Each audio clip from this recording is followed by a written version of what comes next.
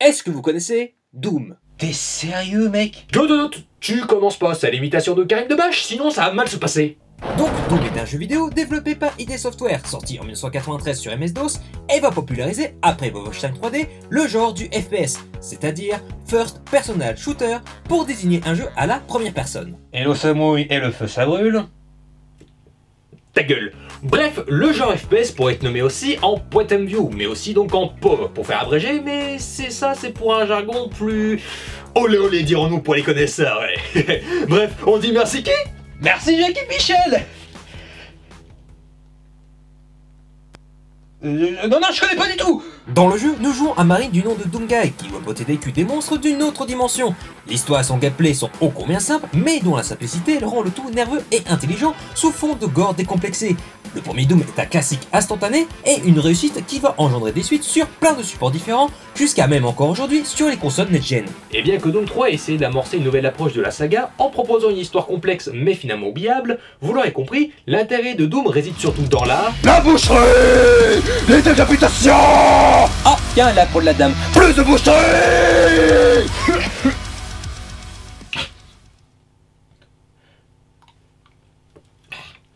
Déformation professionnelle. Désolé. Bref, avec une histoire de base aussi peu épaisse, comment est-il possible d'en tirer un film concret? Eh ben c'est simple! Tu fais un film tout ce qu'il y a de plus cliché, que ce soit dans l'écriture, l'univers, les personnages, l'intrigue, la musique, la réalisation, les dialogues, les lumières, l'horreur pas flippante pour un sou. Somme toute un film de série B convenable réalisé par un directeur de la photographie.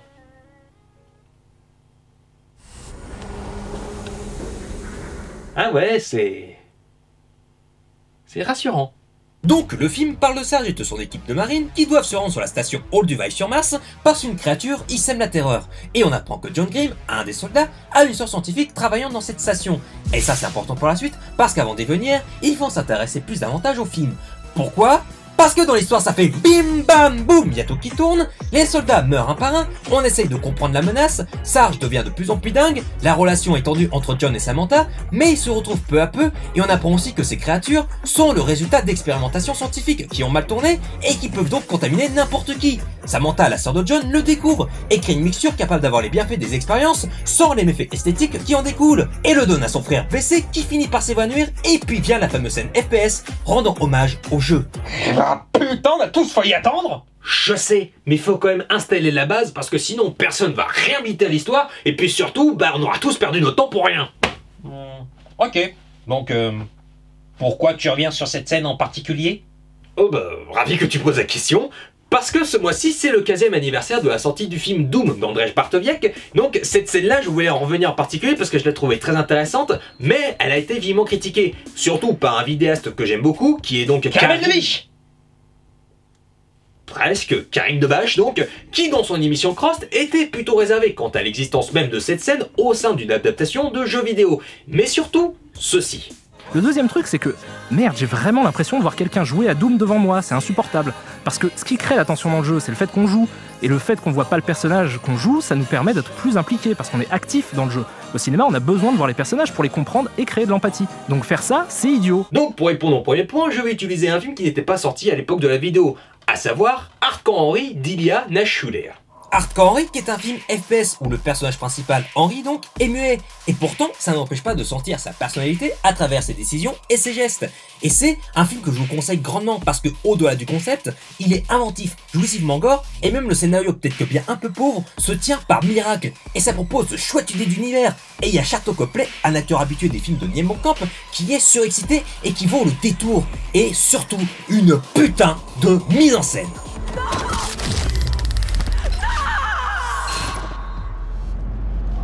Et donc, pour revenir à Doom, c'est avant tout le deuxième point qui m'intéresse, à savoir le regard du spectateur. Comme je l'ai dit, dans le jeu, on incarne un marine du nom de Doomguy, donc un personnage sans trait de caractère, sans aucune profondeur, parce que c'est à nous de le jouer. Mais en même temps, le jeu n'a pas pour but de présenter un tel personnage, ça n'a aucun sens. Mais dans le film, nous avons affaire à des personnages dont on passe plus des 3/4 du film à suivre.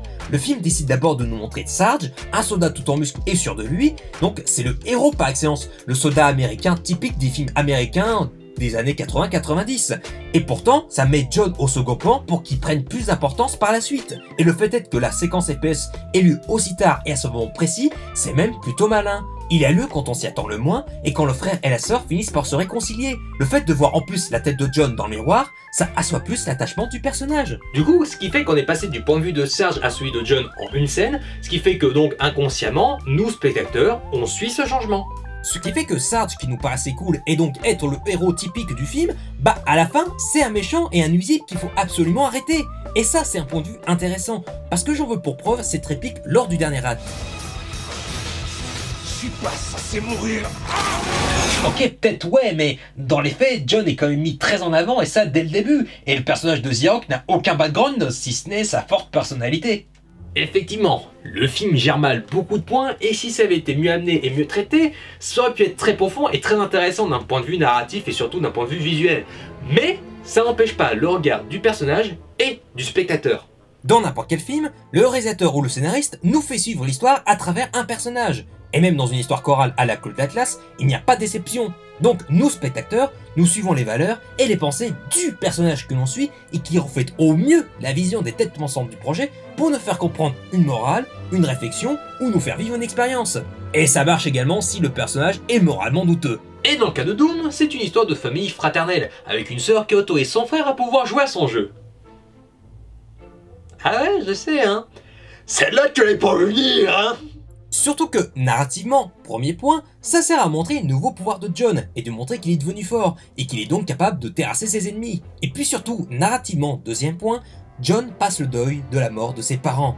Bon, c'est pas vraiment montré et ça reste très cliché, surtout de la manière comment ils ont amené tout ça. Pas toi, John, pas celle-ci. Quoi?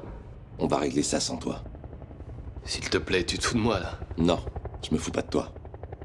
On va à Olduvai. Olduvai? Désolé John, je pourrais pas t'accompagner. Pourquoi? Parce que j'emmène ma cousine faire du breakdance. Du breakdance? Bref, décortiquons plus en détail ce plan séquence.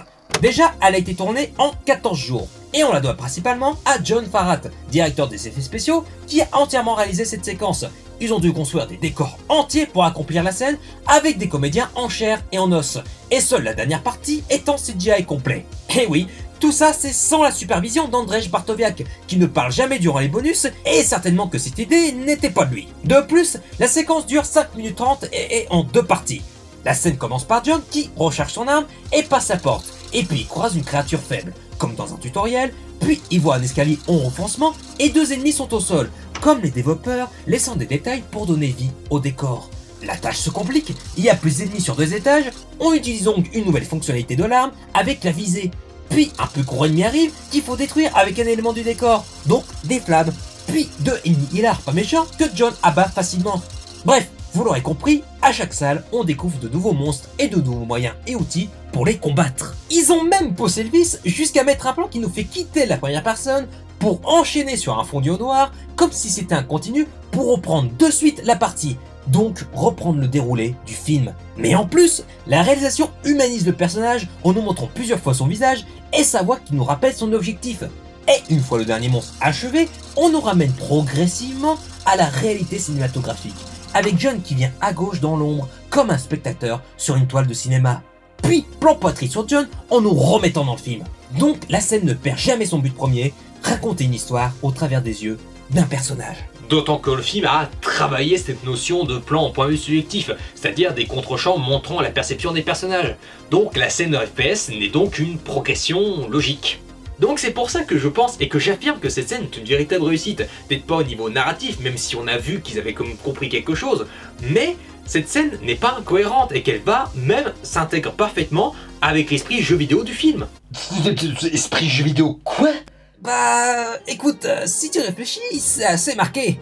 Les personnages qui passent des portes avec le nom des salles juste au-dessus, ils ont un plan de tout le complexe, il y a un personnage qui les guide par oreillette, et ils vont même dans les égouts, lieu le plus typique et cliché de plein de jeux de vidéo. Ce sont des biais de confirmation ça. Pas convaincu. Ah ouais? Bah explique-moi ça. Autorisation force spéciale RRTS vérifiée. Identifiant arme, destroyer. Identifiant arme, Mac.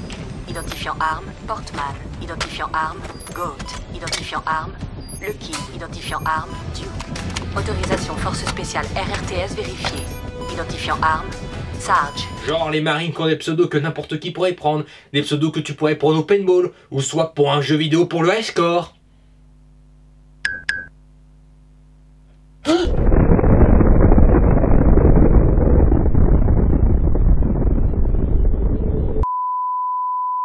Bref, c'est pour ça que je trouve que cette scène est beaucoup plus maligne qu'au premier abord, que juste ils ont pris le jeu Doom pour pouvoir en faire un film. Bah non, puisqu'ils ont vraiment réfléchi à comment aborder et comment l'amener cette scène au bon moment et avec la bon tempo, avec le bon rythme. Et ce qui est dommage, c'est que surtout, c'est que le film ne traite pas certains détails comme le rapport à la religion et la question de l'âme humaine, ce qui n'était pas non plus hors sujet avec tous les symboles démoniaques et tout le bestiaire des jeux Doom. Mais ce qui est dommage, c'est qu'on doit se taper une bonne partie du film un peu molle, sans grande imagination et sans tension. Mais le dernier acte de Doom est le moment où le film tient la route et ses promesses et où s'enchaînent beaucoup d'éléments narratifs intéressants et qui montent en crescendo. Mais je viens d'y penser, mais si John et Samantha représentent la famille et que du coup ils doivent se partager la manette et que du coup Sarge c'est le héros américain typique soldat bourrin, toxique qu'il faut arrêter, est-ce que du coup ce film ne représenterait pas toute la culture gamer dans toute sa représentation? Genre John qui utilise toute la possibilité de gameplay et Sarge qui est bourrin, qui utilise un gros flingue pour réussir. Enfin, je sais pas, peut-être que je surinterprète et que je suranalyse et que vous êtes en train de vous dire que j'en ai pris de la bonne, mais je sais pas, il y a quelque chose qui me tracasse dedans. Mais bien sûr tout ça, ça n'excuse pas les défauts du film, mais on sent l'équipe bienveillante avec les gamers et leur culture. Et c'était en 2005, soit 12 ans après Super Mario Bros le film, et 3 ans avant Max Payne le film de John Moore. Et quoi qu'il en soit, c'est encore Rosamund Pike qui joue Samantha dans le film qui explique le mieux la qualité du film. Ce film, je le vois un peu comme un plaisir défendu. Bref, c'était Décorticon sur le film Doom, en espérant que vous ayez apprécié. Bon, maintenant je peux pas savoir là maintenant tout de suite, mais bon bref, j'espère que toi t'as aimé. Oh franchement merci. Oh franchement tu me fais plaisir, parce que franchement ça... Non franchement ça me touche, c'est super important ce genre de truc, parce que... J'avoue au début j'avais peur de tomber sur un os ou quoi que ce soit, mais finalement c'est super, je trouve ça super que tu sois là, bref. Enfin bref, je vous dis à plus et à la prochaine, parce que moi, j'ai mon cours de braindness. Salut! You ready?